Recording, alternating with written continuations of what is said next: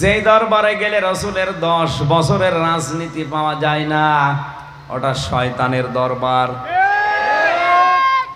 কি সমস্যা কি? কি প্রশাসনিক কি কারণ? এর চাইতে আবার কি কবরের নিচের ওয়াজ করব? স্ত্রীর গুণাগুণ বললেও যদি আপনার সমস্যা হয়, এ মাহফিল দিয়েছেন কেন? আগামীতে মমতাজ গান দেবেন? বলবে বিশেষ মোনাজাত করেন। কিসের মোনাজাত? এখন তো মোনাজাত করলে বদদুয়া করব।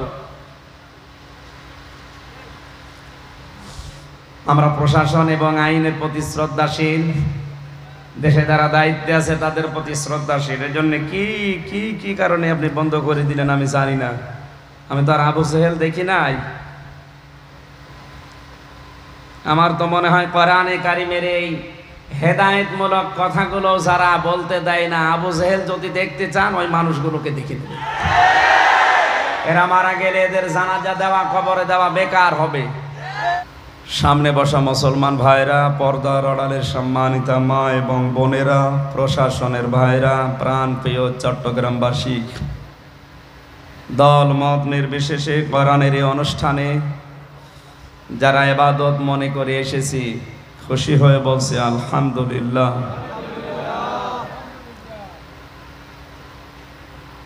বাংলাদেশ সহ বিশ্বে কোরআনে কারিমকে তাফসীর আকারে, এই যে তাফসীরুল কোরআন মাহফিল, এই শব্দের সাথে পরিচিত যিনি করিয়েছেন কোরআনের পাখি মরহুম আল্লামা দেলাওয়ার হোসেন সাইদি রহমতুল্লাহ আলাইহি,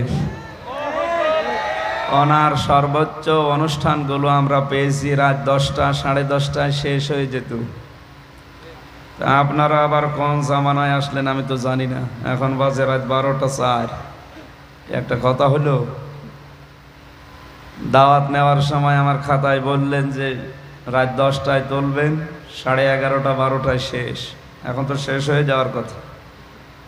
যাদের নাম দেখলাম এখানে, বাংলাদেশের পতিতযশা আলেমে দিন যারা, শায়েখ আহমদুল্লাহ, মাওলানা আবুল কালাম আজাদ বাশার, মাওলানা ডক্টর নিজামউদ্দিন, মাওলানা মনিরুল ইসলাম মজুমদার, অধ্যাপক নুরুজ্জামান মঞ্জু, মাওলানা আবদুল্লাহ আল মারুফ, এদেরকে ভালো ভালো সময়গুলো দিয়েছেন, আর আমার জন্য রেখেছেন একেবারে শেষে।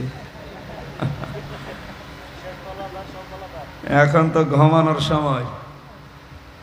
নবী জানিয়েছেন এশার নামাজ পড়ে গুরুত্বপূর্ণ কোনো কাজ না থাকলে তাড়াতাড়ি ঘুমিয়ে পড়ো, শেষ রাতের দিকে ওঠো, তাহাজ্জুদের সেজদায় পড়ে মনের কথাগুলো বলো।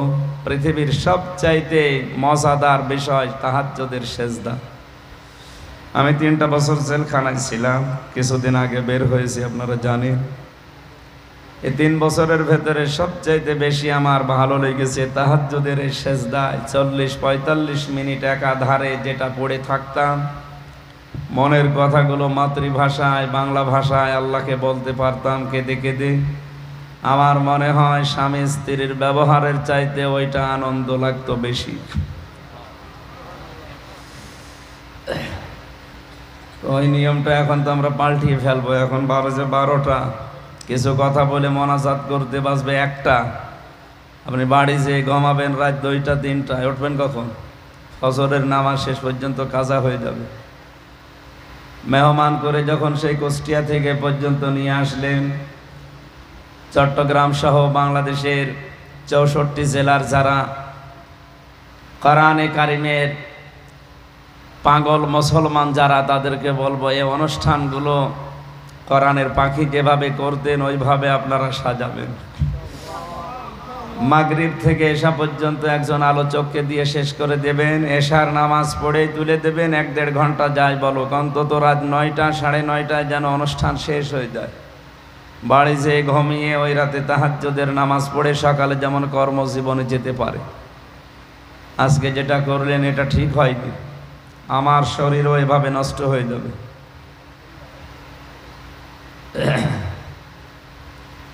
3 বছর জেলখানায় কি খেয়েছি আল্লাহ জানে, আর আমরা জানি। ভেতরের অবস্থা তো ভালো না। এরপরও যদি এইভাবে আপনারা কথা ঠিক না রাখেন, যে গরু দিয়ে চাষ করে খাবেন ওই গরুই যদি মরে যায় তো কি দিয়ে চাষ করবেন? আমার এইভাবে কষ্ট দিলে আমি তো আর লাস্টিং করবো না, কিছুদিন পরেই পটল তোলা লাগবে।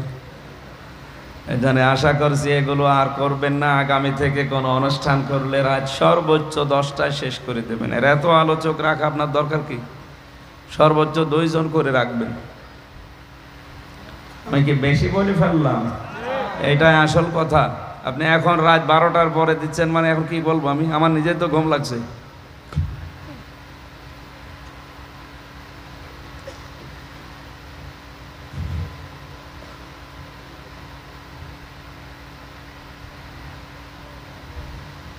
কথা দিয়ে যারা কথা রাখে না, আমরা তাদেরকে কি বলি জানো? আপনারা নিজের কথায় নিজে কিন্তু ধরা খাবে। এই জন্য জোরে বলার দরকার নেই, আস্তে করে বলেন। কি বলে জানো? না, ওটা আর বলার দরকার নেই। আগামীতে আমি আবার বলছি, এটা করবেন না ভাই, সবার কষ্ট হবে। আমাদের সবার কর্মজীবন আছে। এই অধ্যাপক মঞ্জুর সাহেব, উনি একটা কলেজের অধ্যাপক। আজকে আসার সময় দেখলাম গাড়িতে ঝিমাচ্ছে। ও ক্লাসে যে কি করবে বলে? কালকে মহেশখালীতে ছিল, হয়তো সারা রাত ওইভাবে করে ঘুরে বেড়িয়েছি। আজকেও এখন রাতে 12টা 12:30 বাজবে বাড়ি যেয়ে ঘুমাতে। আরও বাড়ির পরিবারের সময় নেই। এসব মিলে কালকেও ক্লাসে ঘুমাবে। ওনার বেতন হালাল হবে? আশা করছি এগুলো বন্ধ করেন ভাই। এটা যেহেতু রেকর্ড হচ্ছে, এখান থেকে সারা বাংলাদেশের সবাইকে জানাচ্ছি। ভারতে আমার 1-1.5 মাস থাকা লাগে, তাদেরকেও বলছি এই নিয়মটা পাল্টাবেন।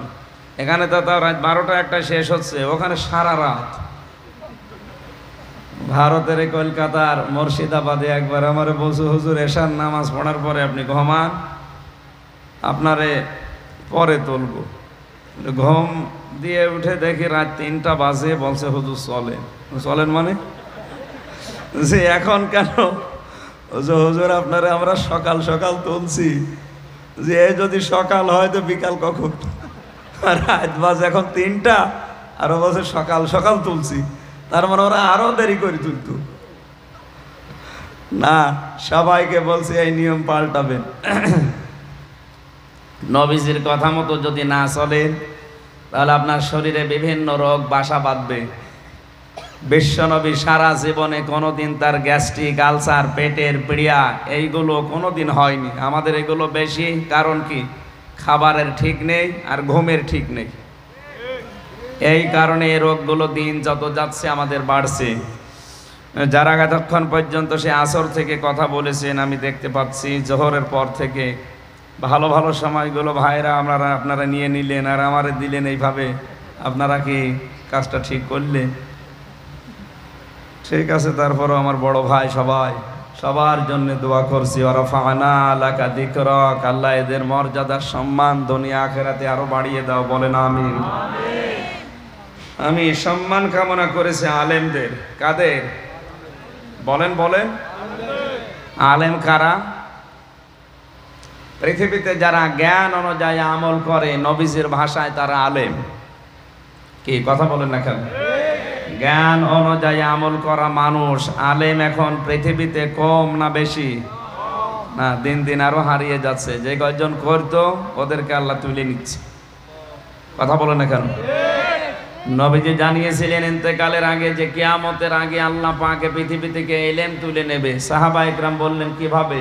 বলেন ইলম ওয়ালা মানুষগুলোকে আল্লাহ তুলে নেওয়ার মাধ্যমে ইলম তুলে নেবে। আপনি তাকান এই কয় বছরের ভেতরে বাহারুল উলুম যারা সবচাইতে বড় জ্ঞানী মানুষ এই বাংলাদেশ সহ বিশ্ব থেকে আল্লাহ তুলে নিয়েছে।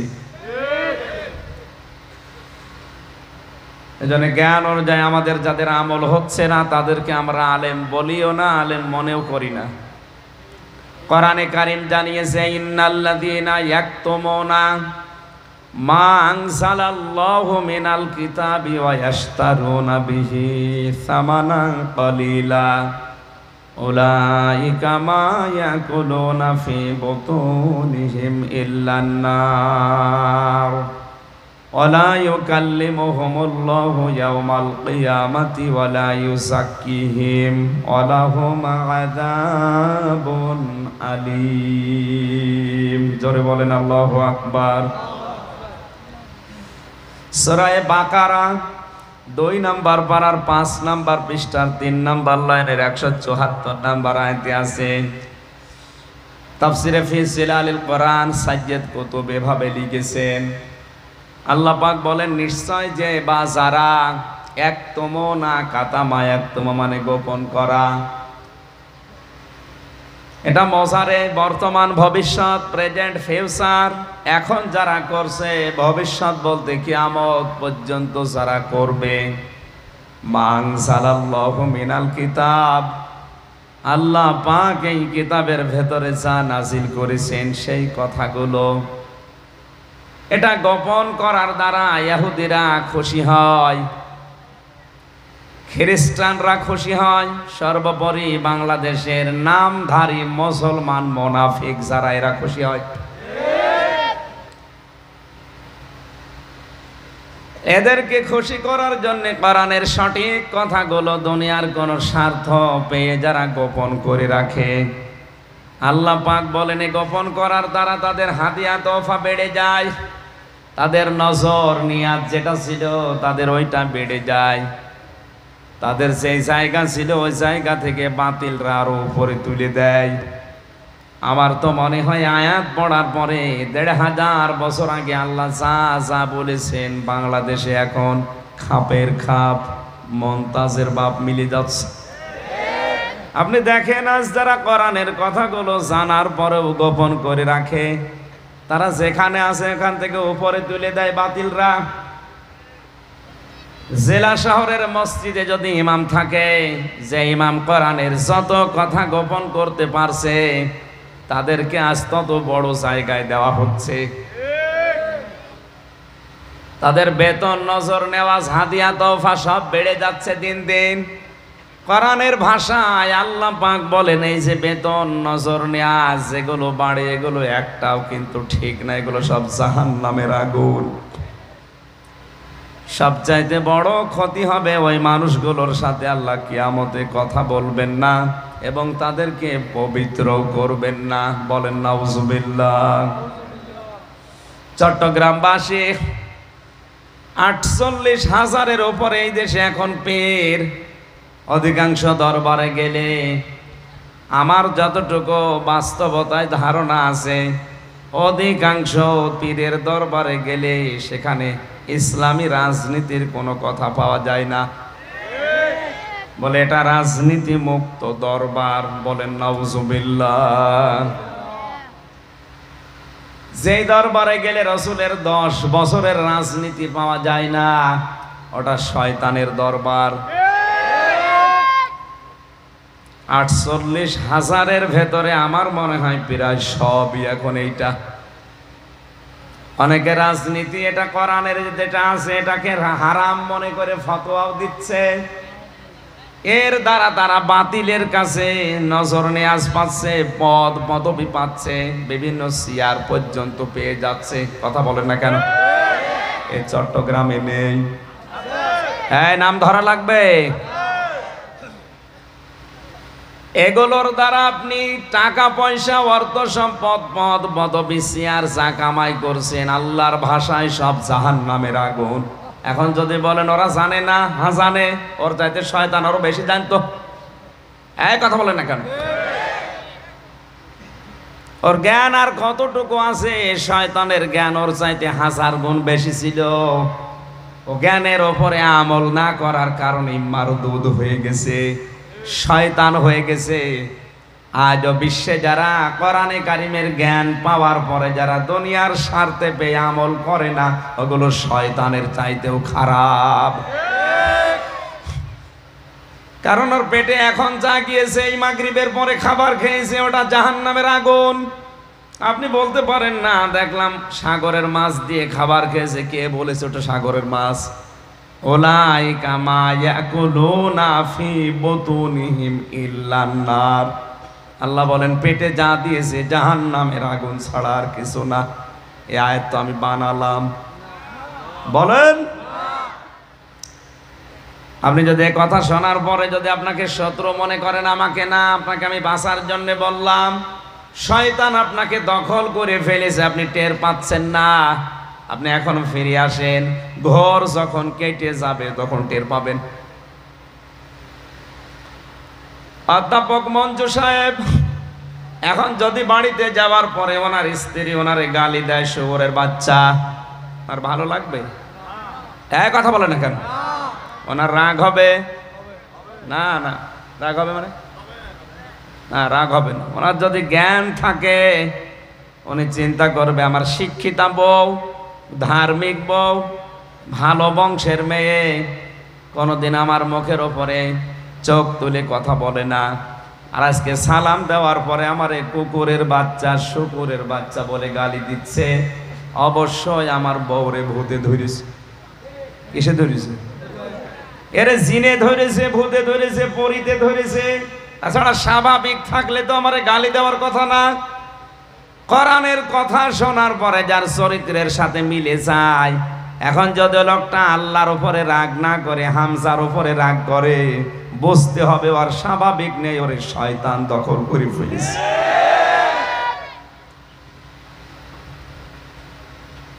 আয়াতের শেষের দুইটা কথা বেশি মারাত্মক। ওয়ালা ইউকাল্লিমুহুমুল্লাহ, আল্লাহ তাদের সাথে কথা বলছে না, বলবেও না। অথচ এই বাংলাদেশ সহ বিশ্বে আজ যারা আল্লাহর কথাগুলো গোপন করে, ওই ভণ্ড পীরগুলো আজ আওয়াজ ছড়িয়েছে আল্লাহর সাথে আমার কথা হয়। ঢাকাতে বহু দরবার আছে যে দরবার থেকে আওয়াজ পাওয়া যায় যে ওদের পীর সাহেব নাকি আল্লাহর সাথে ডাইরেক্ট কথা বলে। আল্লাহ বলেন কোরআনের কথা গোপন করলে তার সাথে আমি কথা বলছি না, বলবো না। ওয়ালা ইউযাক্কিহিম, তাদের পবিত্র করছি না, করবও না। তার মানে তাদেরকে জাহান্নামের আগুন দিয়ে আমি আল্লাহ ঝালাই করব। উলাইকা লাহুম আযাবুন আলীম, এদের জন্য যন্ত্রণাদায়ক শাস্তি রেডি করা আছে। বলেন নাউজুবিল্লাহ। এই আয়াত অনুযায়ী আমার যতটুকু বাস্তবতায় জ্ঞান আমি পেয়েছি, আলেম শুধু নামের আগে মাওলানা, মুফতি, হাফেজ, মুহাদ্দিস লেখা থাকলে আলেম হয় না। আলেম হওয়ার জন্য কমপক্ষে 3টা গুণ থাকা লাগবে। কয়টা? বলেন বলেন। যে আলেম আল্লাহর কোরআন নিয়ে চিন্তা ভাবনা করে, যে আলেম কবিরা গুনাহ থেকে নিজেকে সমর্থ থাকার পরও বাঁচিয়ে রাখে, যে আলেম আল্লাহর ইবাদতে নিজেকে নিয়োজিত রাখে। আপনি হিসাব করে বলেন এই আলেম বাংলাদেশে এখন হাতে গোনা নেই। বিশাল জব্বা গায়ে দিয়ে, পাগড়ি মাথার উপরে ফেলে দিয়ে, রুমাল দিয়ে মনে হচ্ছে আসমান থেকে পালিয়ে এসেছে জিবরাইলের ছোট ভাই। বলে আমি দুনিয়াদারি কিচ্ছু বুঝি না, লা ইলাহা ইল্লাল্লাহ, কাউকে কিছু বলবো না। এটা কি কালেমা নাকি? এটা একটা বিপ্লবাত্মক কথা। লা ইলাহা ইল্লাল্লাহ এ কথা যদি কেউ ঘোষণা দেয়, এর বিপরীতে যারা আছে তাদের সাথে সংঘর্ষ বাঁধবে। মুহাম্মদ রাসূলুল্লাহ কালেমার দাওয়াত দিয়ে তিনি শত্রু হয়েছিলেন জালেমদের, আর তার দাওয়াত যারা কবুল করেছে তারাও কিন্তু জালেমদের টার্গেট হয়েছিল। আজ আমরা অনেকেই কালেমার দাওয়াত দেই, যাদের কাছে দেয় ওরাও বোঝে না, যে দেয় সেও বোঝে না। আপনি সহজ কথাটা কেন মাথায় নিতে পারেন না? বিশ্বনবী মুহাম্মদ রাসূলুল্লাহর মতো ভালো মানুষ এই কালেমার দাওয়াত দিতে গিয়ে তিনি টার্গেট হয়ে গেলেন 82 বার ইহুদিদের। কতবার? আরো জোরে বলেন। আমার তো হাদিসের দিকে তাকিয়ে মনে হয় আজ ফিলিস্তিন সহ, আফগানিস্তান সহ এই বিশ্বের যত মুসলমানেরা কালেমা বুঝে পড়ে তাদেরই টার্গেট করে আজ ইহুদিরা। ফিলিস্তিনকে এমনি টার্গেট করে নাই।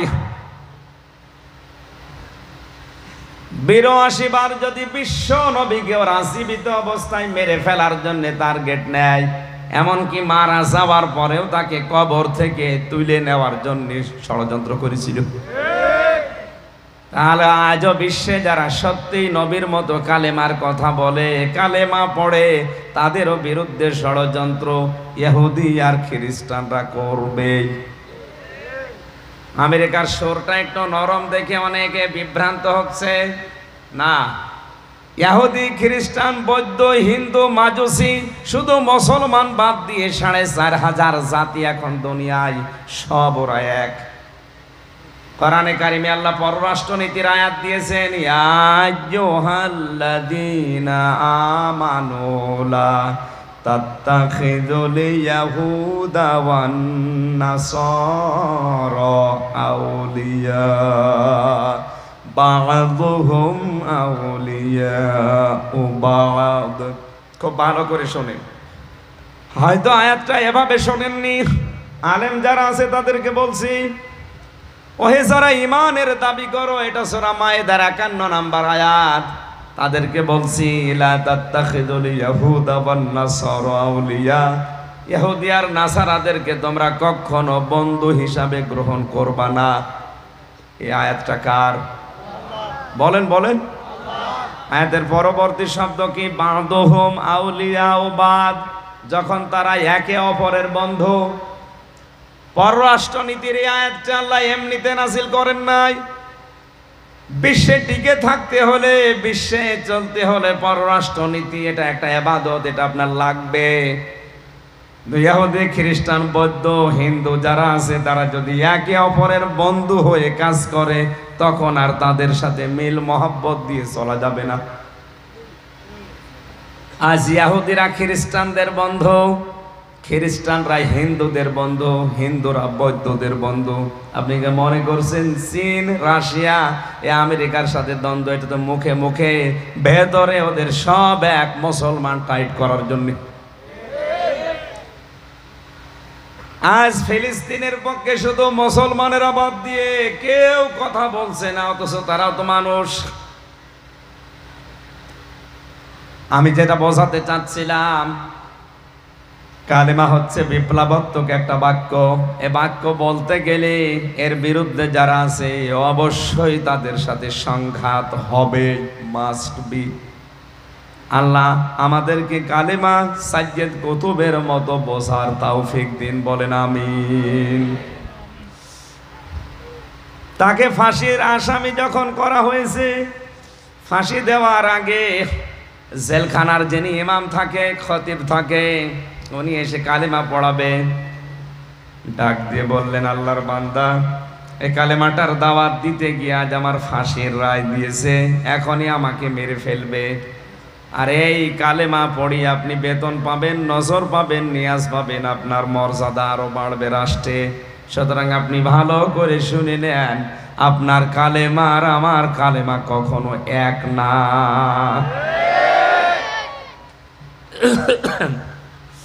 এদের আমি শেষে আলেমের মর্যাদা কামনা করি না, আমি আলেমদের মর্যাদা কামনা করি। ওই আলেম যে আলেমদেরকে ইমাম তাইমিয়া রহমতুল্লাহ আলাইহি জানিয়েছেন 3টা জায়গায় পাওয়া যায়।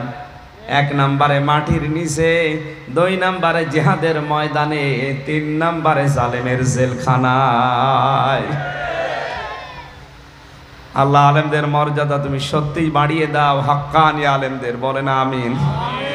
দরুদ আর সালাম পড়ছি আমাদের নবী মুহাম্মদুর রাসূলুল্লাহ সাল্লাল্লাহু আলাইহি ওয়াসাল্লামের প্রতি। আমার আজকের তেলাওয়াতকৃত আয়াত সূরা আলে ইমরানের 14 নম্বর আয়াত।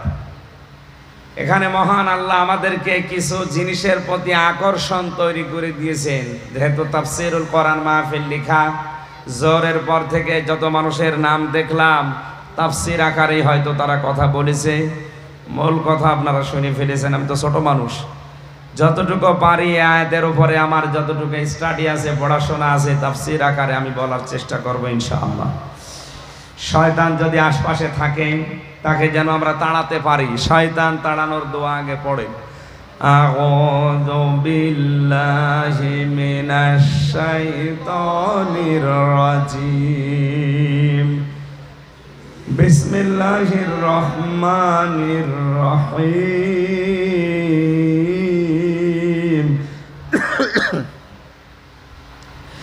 যুয়্যিনা লিন-নাসি হুব্বুশ শাহাওয়াতি মিনান নিসাই ওয়াল বানিন ইলা আখির আয়াত। কোন সূরা যেন বললাম? সূরা আলে ইমরান 200টা আয়াত আছে, মাত্র একটা আয়াত পড়েছি, 14 নম্বর আয়াত। 8টা বিষয় আছে আয়াতে। কয়টা?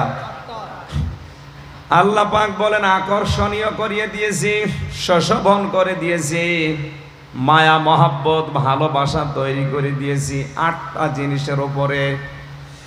দুনিয়ায় 8টা জিনিসের মধ্যে মানুষ দুর্বল, এর দিকে মানুষের ঝোঁক, ভালোবাসা মহাব্বত আকর্ষণ বেশি। চট্টগ্রামবাসী, আপনি এবার নিজের সাথে মিলাবেন আপনার এই 8টা জিনিসের প্রতি ভালোবাসা আছে কিনা। আর আয়াতের শেষ কথা আল্লাহ আমাদের কি জানাতে চেয়েছেন? 1 নম্বরে পৃথিবীর মানুষের ভালোবাসা আকর্ষণ আমি আল্লাহ তৈরি করে দিয়েছি তার স্ত্রীর প্রতি। কার প্রতি? আরো জোরে বলেন। বিশ্বনবী জানিয়েছেন আমার কাছে 3টা জিনিস ভালো লাগে, পছন্দ হয়। 1 নম্বরে সুগন্ধি, 2 নম্বরে নামাজ, আর 3 নম্বরে আমার নিজের স্ত্রী। কার স্ত্রী? এখানে যারা বসে আছি আমাদের কাছে ওই স্ত্রী ভালো লাগে, কিন্তু নিজেরটা বাদ দিয়ে অন্যেরটা। মানে নিজেরটা বাদ দিয়ে অন্যেরটা ভালো লাগে। এই কারণে আজ বাংলাদেশে পরকীয়া প্রেম। আমি আয়াতের তাফসীর পড়তে গিয়ে তাফসীরে হাক্কানিতে পেয়েছি, কেউ যদি পরকীয়া প্রেমে লিপ্ত হয় কমপক্ষে দুনিয়া আখিরাত মিলে তার 6টা ক্ষতি হবে। এখানে যদি থাকেন এই মুহূর্তে আপনার চরিত্র পাল্টাবেন। 1 নম্বরে আপনার চেহারার উজ্জ্বলতা নষ্ট হয়ে যাবে। 2 নম্বরে আপনার জীবনের ইবাদত বন্দেগী কবুল হওয়া বন্ধ হয়ে যাবে। 3 নম্বরে মরণের সময় আপনি বেঈমান হয়ে মারা যাবেন, ঈমান পাবেন না। এই যে এত বড় কঠিন কঠিন কথাগুলো বললাম, এবার আল্লাহকে সাক্ষী রেখে হাত তুলে বলেন তো পরকীয়া প্রেমে লিপ্ত আছেন কারা? হাত তোলেন তো। ও, এই হাদিস বলা আমার মনে হয় এই জেলার জন্য না, এ কুষ্টিয়ার জন্য কার্যকর। আলহামদুলিল্লাহ, যাক ভালো, এই এলাকায় পরকীয়া প্রেম নেই। যদি কেউ এরকম চরিত্রে থাকেন, আপনি কি মনে করেন আমি বুঝি না? নিজের স্ত্রী বাদ দিয়ে অন্যের স্ত্রীর সাথে হোক, অন্যের মেয়ে লোকের সাথে যে লাইন আপনি লাগিয়েছেন, কোন কারণে লাগান বলেন তো? যে মেয়ে লোকের সাথে লাইন করলেন ওর ভেতরে যা আছে আপনার স্ত্রীর ভেতরেও তাই আছে। এই কথা বলেন না কেন? নাকি জিনিসপত্র কম বেশি আছে? না, সব পুরোপুরি ঠিক। হ্যাঁ, এখানে একটু ছোট্ট কথা বলা দরকার। এখানে হাজারো স্বামী বসে আছে, এই কারণে বলছি। মেয়েরা আছে না, সম্মানিতা মা বোনেরা, বাংলাদেশের পুরুষ মানুষের শরীর এমনি চলে না, কলকাতা হারবার আর ইন্ডিয়া হারবাল ছাড়া। কথা বলছেন এখানে? এদের যে যৌবন, এ তো এমনি চলে না। এরপরও যদি কোনো পুরুষ মানুষ আপনারে রেখে লাইন করে, বুঝতে হবে শুধু ওই পুরুষের একা দোষ না, আপনারও কিছু দোষ আছে। আল্লাহর নবী জানিয়েছেন এই পৃথিবীতে যখন স্বামী বাড়িতে আসবে, দুনিয়ায় যত কাজ থাক সব কাজ মেয়েদের জন্য নিষিদ্ধ। স্বামীকে আগে হাসি মুখে সালাম দিয়ে তাকে সময় দেওয়া মেয়েদের জন্য বড় ইবাদত। এইটা পারিবারিক জীবনে না থাকার কারণে স্ত্রীর পক্ষ থেকে রেসপেক্ট, সম্মান এবং আদর সোহাগ যেটা পাওয়া দরকার, অধিকাংশ পরিবারের স্বামী এটা পায় না, এই জন্য লাইন করে। এবারে একটু জোরে বলেন ঠিক? তার মানে বোঝা যাচ্ছে এখানে লাইন মারা লোক আছে।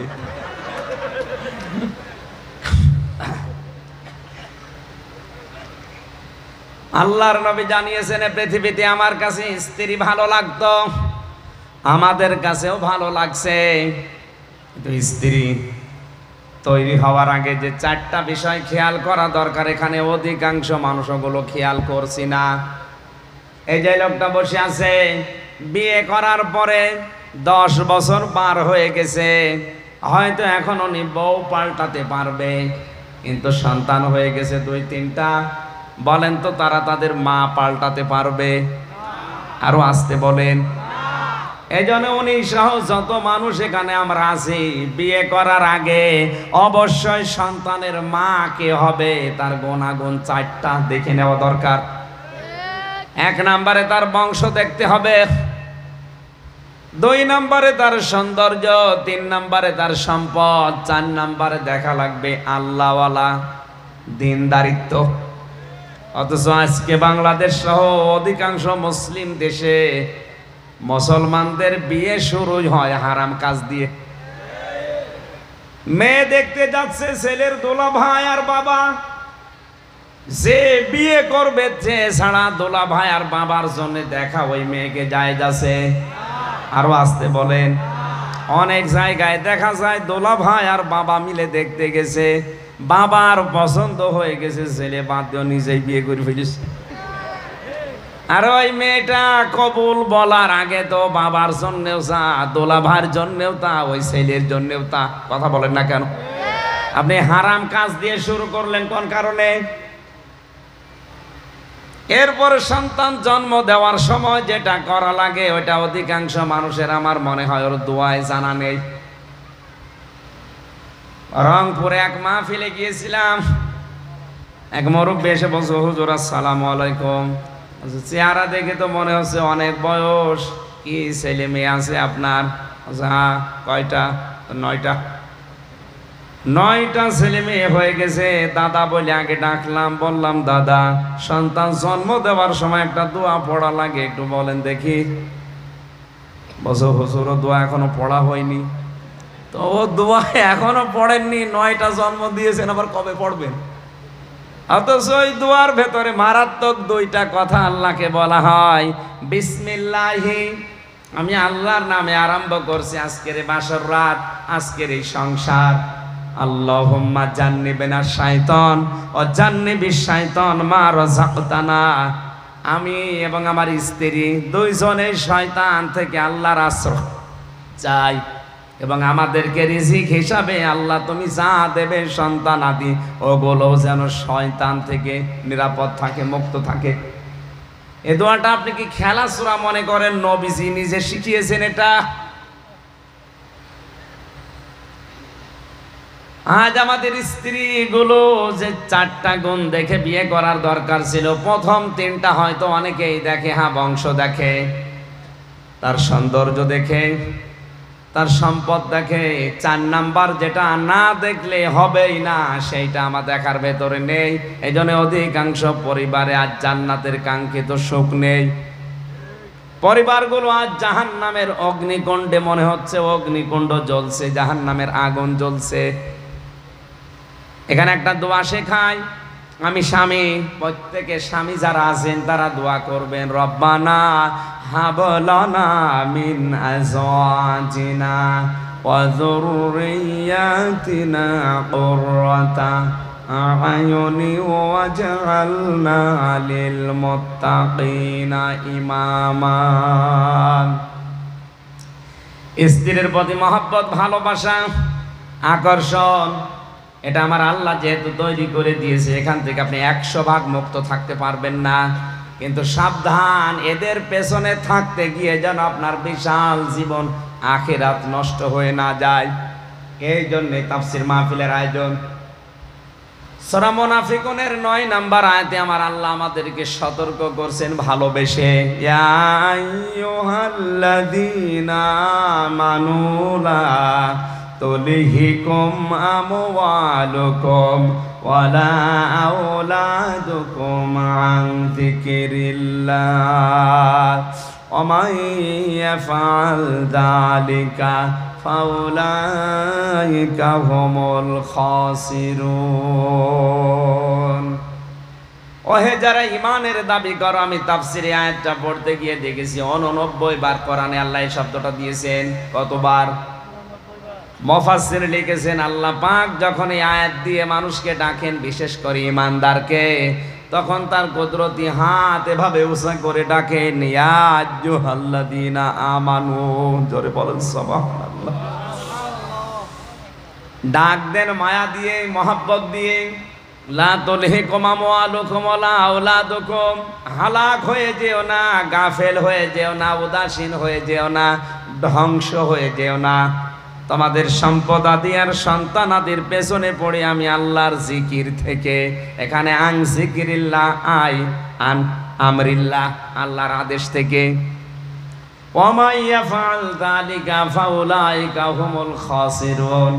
কোন মানুষ যদি এ কাজ করে, স্ত্রী সন্তান সম্পদ এগুলোর পেছনে পড়ে আমার আল্লাহর আইনগুলো যদি ভুলে যায়, আল্লাহ পাক বলেন ওই লোকটার জীবন ক্ষতিগ্রস্ত।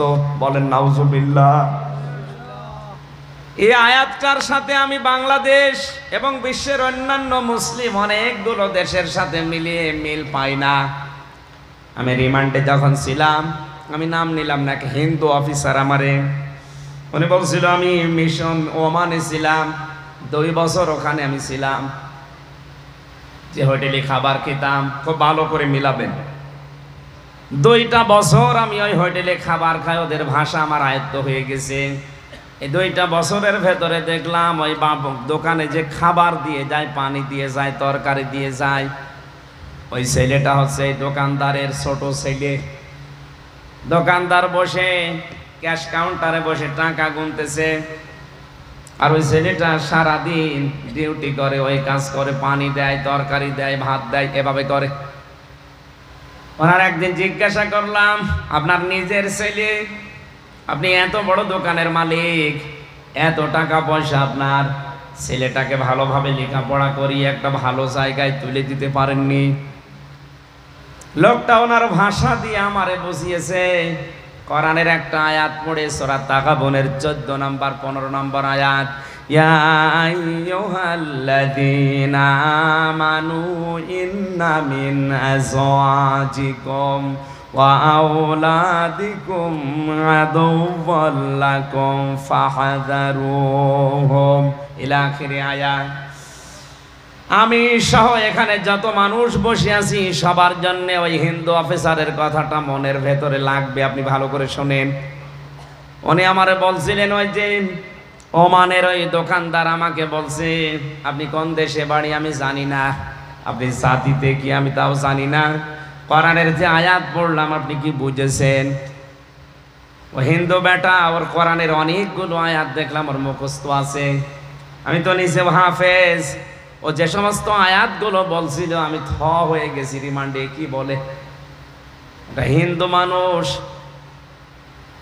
আমার তো মনে হয় যতগুলো আয়াত আমার সামনে এই 10 দিন রিমান্ডে পড়েছে, ওর প্রায় 2-3 পারা কোরআন মুখস্থ হয়ে আছে।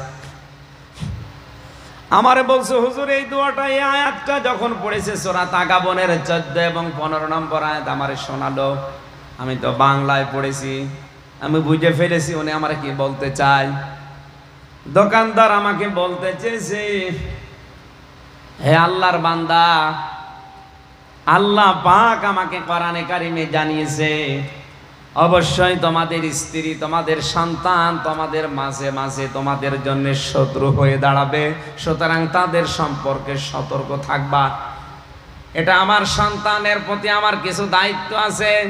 একে জন্ম দেওয়ার পরে আমি এর একটা সুন্দর নাম রেখেছি, আহমেদ আলী। কি নাম?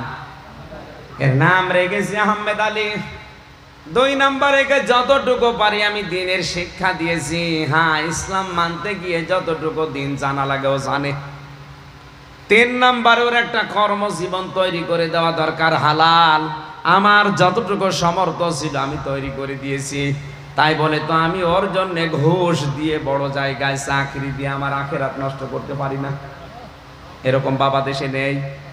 নিজের সন্তানের যোগ্যতা নেই, এরপরে উপরে টাকা পয়সা দিয়ে এমন জায়গায় বসিয়েছে, টাকা দিয়ে ঘুষ দিয়ে। আমি বেশি বলে ফেললাম? এই কথা বলেন না কেন? এ বাবা কিন্তু জানে যে চেয়ারের যোগ্যতায় আমার ছেলে নেই, এরপরও ঘুষ দিয়ে ওই জায়গাটা, ওই চেয়ারে তাকে বসিয়ে চেয়ারটায় বসে আরো আজে বাজে কাজে, অবৈধ কাজে আঞ্জাম দিচ্ছে ওর ছেলে, কারণ চেয়ারের যোগ্যতা তো ছেলের নেই। দোকানদার বলছে, আল্লাহর বান্দা, 4 নাম্বার, ওকে আমি একটা সৎ পাত্রী দেখে পাত্রস্থ করেছি, ওকে আমি একটা সৎ পাত্রী দেখে বিয়ে দিয়েছি। নবীজি আমাকে 4টা দায়িত্ব দিয়েছিল, আমি পুঙ্খানুপুঙ্খানুভাবে আদায় করলাম। ওর জন্যে দুনিয়াদার হয়ে আমি তো জাহান্নামে যেতে পারি না। আপনি হিসাব করে মিলান তো বাংলাদেশের সাথে একটা কি সমস্যা, কি প্রশাসনিক কি কারণ? এর চাইতে আবার কি কবরের নিচের ওয়াজ করব? স্ত্রীর গুণাগুণ বললেও যদি আপনার সমস্যা হয়, এ মাহফিল দিয়েছেন কেন? আগামীতে মমতাজ গান দেবেন, বলবে বিশেষ মোনাজাত করেন। কিসের মোনাজাত? এখন তো মোনাজাত করলে বদদুয়া করব।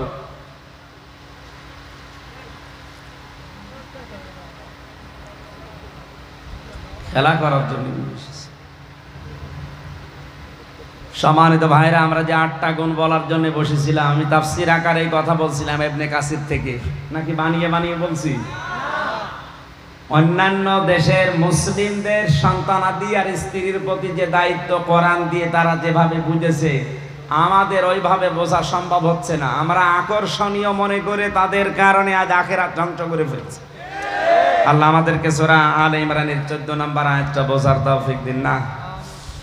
আমরা প্রশাসন এবং আইনের প্রতি শ্রদ্ধাশীল, দেশে যারা দায়িত্বে আছে তাদের প্রতি শ্রদ্ধাশীল। এর জন্য কি কি কি কারণে আপনি বন্ধ করে দিলেন আমি জানি না। আমি তো আর আবু জেহেল দেখি নাই। আমার তো মনে হয় কোরআনে কারিমের এই হেদায়েতমূলক কথাগুলো যারা বলতে দেয় না, আবু জেহেল যদি দেখতে চান ওই মানুষগুলোকে দেখে নেবেন। এরা মারা গেলে এদের জানাজা দেওয়া, কবরে দেওয়া বেকার হবে। আল্লাহুম্মা আমিন। রব্বানা যালামনা আনফুসানা ওয়া ইল্লাম তাগফির লানা ওয়া তারহামনা লানাকুনান্না মিনাল খাসিরিন।